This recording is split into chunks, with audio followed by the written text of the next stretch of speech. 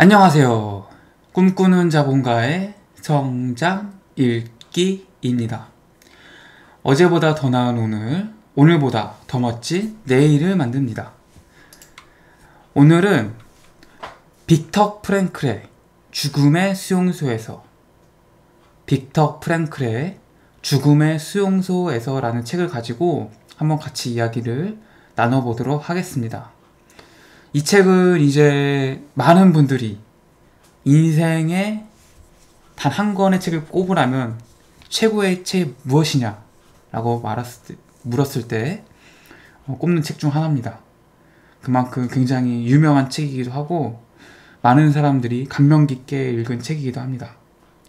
그래서 이 책을 살펴보면요, 일단 저자는 빅터 프랭클이라는 이제 의사고요. 출판사는 청아출판사에서 나왔습니다.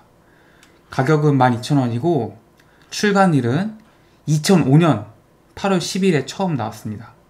쪽수는 246쪽으로 되어 있습니다. 책의 쪽수가 좀 좀 얇은 편이라서 금방 읽을 수 있을 것 같지만 이 책에서 담고 있는 뭔가 메시지, 좀 의미의 무게감이 좀 무거운 편이라서 좀 읽는데 조금 시간이 걸릴 수 있는 책입니다. 그리고 몇 번을 좀 곱씹어서 읽어볼 만한 그런 책이기도 하고요. 제가 이 책, 빅터 프랭클의 죽음의 수용소에서 라는 책은 총 4개의 영상으로 준비를 해봤고요. 그 중에서 첫 번째 영상입니다. 오늘 함께 이야기해볼 것들은요, 크게 3가지입니다. 첫 번째, 인간은 어떤 환경에서도 적응할 수 있다. 두 번째, 죽음의 수용소에서 살아남는 법. 세 번째, 자유를 빼앗아갈 수는 없다. 이 책은 이제 유태인 수용소에 이 저자가 이제 끌려가게 됩니다. 이 책의 저자도 이제 유태인이고요. 그래서 거기서 이제 생존을 합니다. 이 책의 저자가. 그래서 그 수용소에서 지켜봐왔던 인간의 모습, 심리 이런 것들을 담은 책입니다. 그래서 굉장히 역사적으로 좀 깊은 의미가 있는 책이고 일반인들에게도 많은 시사하는 점이 있는 책입니다. 책이 있으신 분들은 46페이지고요. 인간은 어떤 환경에서도 적응할 수 있다. 교과서에서는 사람이 일정한 시간 이상 잠을 자지 않으면 죽는다고 적혀 있다. 하지만 이것은 완전히 틀린 말이다. 그때까지 나는 내가 세상에서 정말로 할 수 없는 일이 있다고 생각했었다. 이것이 없으면 잠을 잘 수 없고, 이것 혹은 저것이 있으면 살 수 없다. 이런 식으로 생각하고 있었다. 밖에서 생활할 때 잠을 제대로 못 잤던 사람이 있었다. 옆방에서 바스락거리는 소리만 들어도 잠이 깰 정도로 예민한 사람이었다. 그런데 수용소에서는 그런 사람이 동료의 몸 위에 엎어져서 귀에서 불과 몇 인치 떨어진 곳에서 나는 코 고는 소리를 들으면서도 아주 깊이 잠을 잤다. 만약 어떤 사람이 인간을 어떤 환경에도 적응할 수 있는 존재로 묘사한 도스토예프스키의 말이 사실이냐고 묻는다면 우리는 이렇게 대답할 것이다. 물론입니다. 인간은 어떤 환경에도 적응할 수 있습니다. 하지만 그 방법에 대해서는 묻지 말아 주십시오. 그러니까 이제 우리로 치면은 서대문 형무소, 그런 감옥 같은 곳에다가 유태인들을 다 이제 잡아 넣습니다. 잡아 넣어서 당연히 거기에 인권 이런 게 하나도 없겠죠. 굉장히 뭔가 빽빽한 장소에 사람들 다 붙여서 잠을 재우고 생활을 하게 합니다. 여기서 이제 빅터 프랭클이 조금 발견했던 것은 그 사회에서는 이제 조금만 막 신경 쓰이는 뭔가가 있어도 잠을 제대로 자지 못한 그 사람조차도 그런 상황, 그런 환경에 놓이자 충분히 잠을 자더라는 겁니다. 그래서 인간이 어떤 상황이나 어떤 환경 속에서 나는 이거 없으면 뭐 안 돼, 이거 있으면 뭐 어떻게 할 수가 없어. 이런 것들이 다 자신의 뭔가 정신력, 뭐 주어진 환경 이런 거에 다 달려있다라는 겁니다. 그래서 우리가 뭔가 좀, 여기서 저는 이제 좀 뭐랄까, 인간의 정신력이 얼마나 대단한지, 얼마나 사람의 삶이 생각하기 나름인지에 대해서 이제 생각을 하게 됐는데, 뭐 좀만 예민해도 못 자는 사람들, 이런 것들이 다 뭘까요, 주어지는 뭔가 환경, 이런 것도 얼마나 다 극복을 할 수 있다라는 이야기입니다. 그래서 뭐 우리가 이제 그렇게 살자 뭐 이런 얘기를 하고 싶은 건 아니고, 그만큼 뭔가 환경을 얼마든지 적응할 수 있다, 인간의 그런 뛰어난 환경 적응력에 대해서 이제 말을 하고 싶은 거죠. 그래서 우리가 어쩌면 이게 좀 너무 거슬리고 이게 너무 어쩌면 너무 불편하더라도 자신이 어떻게 어떤 생각을 가지고 어떤 마음을 가지고 거기에 이제 적응하느냐에 따라서 얼마든지 적응할 수 있다라는 겁니다. 네, 페이지 50쪽입니다. 죽음의 수용소에서 살아남는 법. 그렇지만 단 한 가지만은 자네들에게 당부하겠네. 그는 말을 이었다. 가능하면 매일같이 면도를 하게. 유리 조각으로 면도를 해야 하는 한이 있더라도.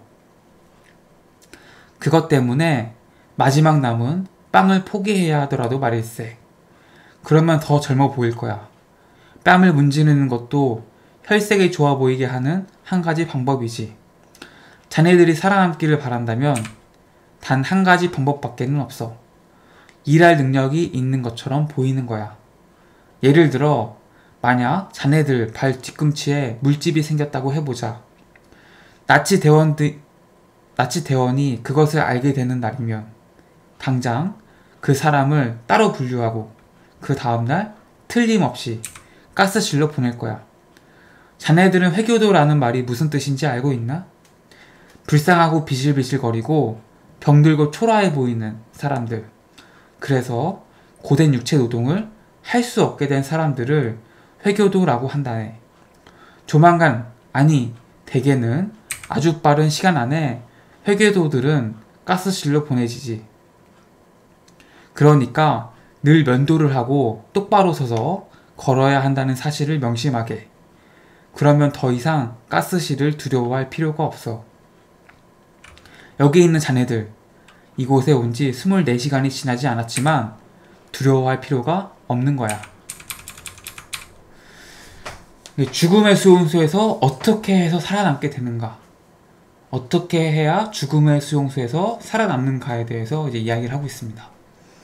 어떤 사람이 이제 비터 프랭클에게 조언을 해줍니다. 비터 프랭클이 의사이기도 하고 또 그에게 뭔가 좀 도움을 받았기 때문에 그에게 이제 조언을 해주는데, 그가 해주는 조언은 뭐 다른 특별한 조언이 아니라 매일 면도를 하라는 겁니다. 결국 유태인 수용소에 갇힌 사람들은 거의 대다수가, 이 책에 따르면 20명 중 1명이 살아남을까 말까 하는 확률이고요. 그런 상황 속에서 살아남기 위해서는 자신이 쓸모있는 존재라는 것을 스스로 보여줘야 됩니다. 쓸모 있다라는 거는 내가 뭐 사회에서 뭘 했다 이런 게 아니라 내가 강제 노동을 할 수 있는 능력이 있다라는 걸 보여주는 거죠. 그래서 자신이 건강하다라는 걸 보여줘야 됩니다. 그렇지 않으면은 치료를 해주는 게 아니라 그냥 죽입니다. 안 그래도 수용소가 초과 인원을 받아들였기 때문에 사람을 죽이는 건 그렇게 어려운 일이 아니었습니다. 그런 상황 속에서 매일같이 면도를 하라. 면도를 해야지 뭔가 깔끔하게 보이고 또 이제 뭔가 이 사람은 노동을 할 수 있는 건강을 갖고 있구나 라고 판단하기 때문에 뭔가 죽임을 당하는 것을 좀 면할 수 있었던 거죠. 그래서 실제로 이제 뭐 면도를 계속하고 꾸준히 깔끔하게 보이려고 노력을 합니다. 이제 이런 노력을 했기 때문에 결국 그 사람들 속에서 살아남을 수 있었던 거죠. 그래서 우리가 뭔가 좀, 저는 이걸 좀 보면서 평상시에 조금 뭔가 행동 거지라든지 좀 깔끔하게 보이도록 노력을 많이 해야겠다 라는 생각을 전 많이 했습니다. 물론 제가 뭐 수용소에 있는 상황은 아니지만 정말 사람의 그런 외모 이런 것들이 굉장히 좀 진짜 생과 사를 가릴 정도로 중요하구나 라는 거를 많이 생각하게 됐고, 어떠한 상황 속에서도 자기 관리를 좀 해야겠다 라는 생각을 했습니다. 120쪽입니다. 페이지 120쪽. 자유를 빼앗아 갈 수는 없다. 수용소에서의 체험을 통해 나는 수용소에서도 사람이 자기 행동의 선택권을 가질 수 있다는 것을 알 수 있었다. 이것을 입증해주는 이런 이야기는 종종 영웅적인 심리를 띠게 되는데, 즉 무감각 증세를 극복하고 불안감을 제압한 경우는 얼마든지 많이 있다. 가혹한 정신적, 육체적 스트레스를 받는 그런 환경에서도 인간은 정신적 독립과 영적인 자유의 자취를 간직할 수 있다는 것이다. 강제 수용소에서 있던 우리들은 수용소에도 막사를 지나가면서 다른 사람들을 위로하거나 마지막 남은 빵을 나누어 주었던 사람들이 있었다는 것을 기억하고 있다. 물론 그런 사람이 아주 극소수였는지도 모른다. 하지만 이것만 가지고도 다음과 같은 진리가 옳다는 것을 입증하기에 충분하다. 그 진리란 인간에게 모든 것을 빼앗아 갈 수 있어도 한 가지, 마지막 남은 인간의 자유, 주어진 환경에서 자신의 태도를 결정하고 자기 자신의 길을 선택할 수 있는 자유만은 빼앗아 갈 수 없다는 것이다. 인간에게 모든 것을 다 빼앗아 갈 수 있을 것처럼 보였던 수용소에서조차도 그들이 빼앗아 갈 수 없었던 것이 있었다는 거죠. 그것은 자유입니다. 자유. 자기 행동의 선택권. 그러니까 수용소에서 진짜 굉장히 열악하고 굉장히 뭔가 생사를 가를 수 있는 그런 촉각을 다루는 위험이 있는 그런 환경 속에서도 사람들이 선택하는 태도는 모두 달랐다는 거죠. 뭐 정신적이고 육체적인 스트레스가 아주 강했지만 그런 환경 속에서도 인간은 자신의 뭔가 선택, 뭐 예를 들면은 그 수용소 안에서도 다른 사람을 위로하거나 또 자기가 가지고 있던 마지막 빵을 나누어 주던 사람들이 있더라는 거죠. 그 사람들은 선택할 수 있었죠. 이 빵을 내가 먹을 수도 있고 혹은 남에게 줄 수도 있었는데 남에게 준 겁니다. 또 나 혼자 외롭고 불안하게 혼자만의 생존을 위해서 고민하고 살아가는 것을 선택할 수도 있었지만 그들은 그렇지 않았죠. 다른 사람을 위로할 수 있었던 겁니다. 그런 것들은 다 그 사람이 선택하기로 한 그들의 태도에 달려있다는 거죠. 독일 나치들이 그들을 막 억압하고 그들의 목숨을 빼앗아 간다고 위협하고 막 이랬지만 결코 그들의 그런 삶의 태도는 빼앗아 갈 수가 없었던 겁니다. 여기서 우리가 이제 좀 생각해 볼 것은 우리가 어떤 환경 속에서도 우리가 선택할 수 있다는 겁니다. 아마 이 영상을 보시는 분들 중에서는 어느 정도 삶에 여유가 있으신 분들도 있을 거고 또 여유가 없으신 분들도 있을 겁니다. 여유가 있으신 분은 있으신 분들의 걱정이 있을 거고 없으신 분들은 없으신 대로 또 걱정이 있을 겁니다. 이런 상황 속에서 우리가 이제 뭔가 좀 고민하고 해야 될 것은 뭐냐면은 이런 환경은 내가 어쩔 수가 없어요. 내가 정말 내일 먹을 쌀이 없을 수도 있고 혹은 내가 경제적으로 풍족할지 몰라도 내 자녀들이 조금 속을 썩일 수도 있죠. 이런 상황 속에서 이 환경은 내가 어찌어찌 할 수 있는 바가 없지만 이 환경을 어떻게 받아들이고 어떻게 행동할지는 이제 결정을 할 수 있다는 거죠. 내가 내일 쌀이 없는 사람은 내가 아무것도 내일 안 해서 그냥 밥을 그걸 먹고 남은 쌀을 그냥 다 소진하고 그 다음부터 다시 또 뭔가 내일 먹을 쌀을 걱정해야 되는 상황에 처할 수도 있고 아니면은 그냥 이 쌀에 내가 내일 먹을 쌀은 있구나 라고 거기에 감사함을 느끼면서 행복하게 살아갈 수도 있습니다. 이렇듯이 행동은 상황은 주어진 것이지만 그것을 어떻게 판단하고 어떻게 행동할지는 내 판단에 결정될 수 있는 거죠. 또 내 자녀가 공부를 안 할 수 있어요. 그래서 속을 썩일 수 있죠. 그 자녀들에게 속이 상할 수 있습니다. 아, 너는 왜 엄마 마음을 몰라주고 혹은 아빠 마음을 몰라주고 그렇게 공부를 안 하니? 속을 썩이니? 라고 이제 생각을 하고 스트레스를 받고 약간 좀 불행해질 수도 있지만, 또 반대로 아, 그래도 너는 이렇게 건강해서 다행이다. 아프지 않고 이렇게 건강한 것만 해도 얼마나 큰 다행이니? 그래서 엄마 아빠는 참 좋아. 엄마 아빠는 참 행복해. 라고 이제 생각을 할 수도 있고 선택을 할 수 있는 거죠.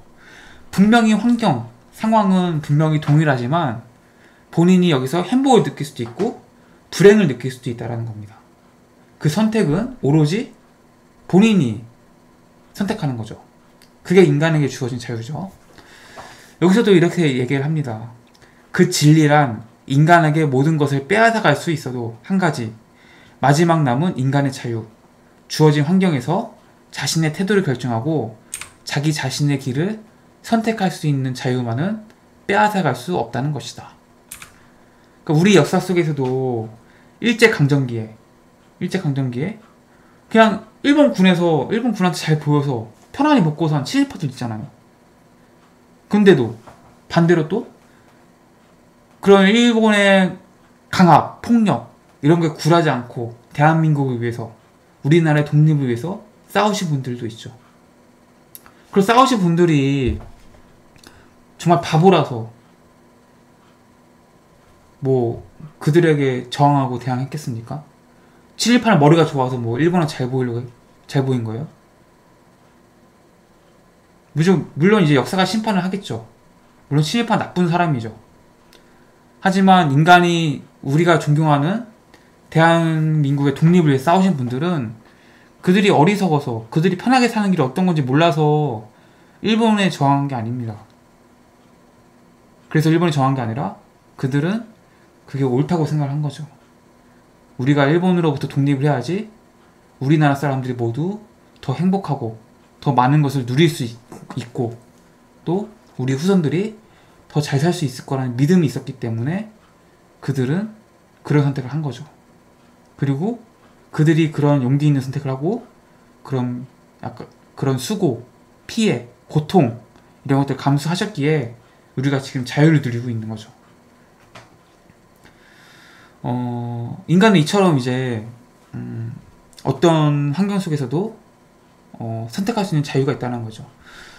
실제로 일본에서는 교육을 했잖아요. 민족 말살 정책이라고 해가지고 정신을 완전히 개조하는. 그래서 뭐 일본과 뭐 조선은 하나였다 뭐 이런 것도 막 주장을 하고 우리 민족 문화를 말살하기 위한 정책들을 많이 폈죠. 물론 굉장히 억압도 많이 했지만 신체적으로도. 그럼 말살 정책에도 불구하고 우리의 우리의 민족 정신, 우리의 역사의식 이런 것들은 일본군이 어쩔 수 없었죠. 그것마저 바꾸기는 실패를 했죠. 그런 것들은 다 우리가 자유가 있기 때문에 한 거죠. 사실 우리가 진짜 독립을 하고 나서 친일파들 다 청산했어야 되는데 지금 그들이 오히려 더 떵떵거리고 살고 있고 대한 독립을 위해서 열심히 노력하시고 애쓰신 분들은 그 후손들이 오히려 못 살고 있는 되게 좀 아이러니한, 역사적 청산을 잘 하지 못했는데 우리가 추후 이건 다 해야 된다고 생각합니다. 이미 많이 늦었지만 그래도 언젠가는 다 해야 되겠죠. 뭐 아무튼 여기서 중요한 거는 뭐 그런 게 아니고, 여기서 이제 해야 되는 말은 우리가 어떤 상황 속에서도 우리가 선택할 수 있는 자유가 있다. 그렇기 때문에 우리는 어떤 환경이나 상황에 주어지더라도 우리는 거기서 우리가 옳다고 하는 선택을 할 수 있다는 거죠. 이것이야말로 정말 인간이 가진 그 누구도 뺏을 수 없는 존엄한 권리가 아닌가 저는 생각을 합니다. 그래서 유태인들은 대다수가 진짜 많은 피해를 받았지만 그들의 뭔가 정신력, 그들의 민족성은 진짜 많이 위대하다고 평가를 많이 받고 있죠. 실제로 이스라엘 같은 경우에는 전쟁이 나면은 자발적으로 해외에 있는 유태인들이 다 들어가서 군에 입대할 거라는 말이 굉장히 많더라고요. 근데 우리나라는 사실 전쟁 나면은 진짜 지도층부터 먼저 도망가지 않을까. 실제로 수대 대통령이 한강 다리를 끊었죠. 북한군이 내려온다는 이유로. 그런 것도 있을 정도로 진짜 유태인들은 진짜 좀 많이 민족성이 강한 민족이고, 물론 우리나라는 정말 지도층은 형편없지만 정말 민중의식, 국민들은 정말 위대한 민족이죠. 다 먼저 앞서서 진짜 나서서 위기를 극복할, 위기가 터질 때마다 가장 앞장서서 진짜 나라를 구하기 위해서 애쓰는 사람들이 많습니다. 네, 비터 프랭클의 죽음의 수용소에서, 비터 프랭클의 죽음의 수용소에서라는 책을 가지고 이야기를 나눈 첫 번째 시간입니다. 네, 총 4개의 영상으로 이루어져 있고요. 이 책을 가지고 우리 인간이 가진 뭔가 심리, 본능, 뭔가 인간 존엄성에 대해서 이야기를 해볼 겁니다. 그래서 이 책은 정말 유명한 책이고, 정말 깊이가 있고, 의미가 있는 책이기 때문에 한번 꼭 읽어보셨으면 좋겠습니다. 네, 꿈꾸는 자본가의 성장 읽기는 자기개발, 경제적 자유, 성장에 대한 이야기들을 하고 있습니다. 이러한 분야에 관심이 있으신 분이라면 성장 읽기를 구독해 주시고 좋아요 눌러주시면 감사하겠습니다. 오늘도 함께 해주셔서 감사하고요. 저는 다음 시간에 또 뵙도록 하겠습니다. 고맙습니다. 안녕히 계세요.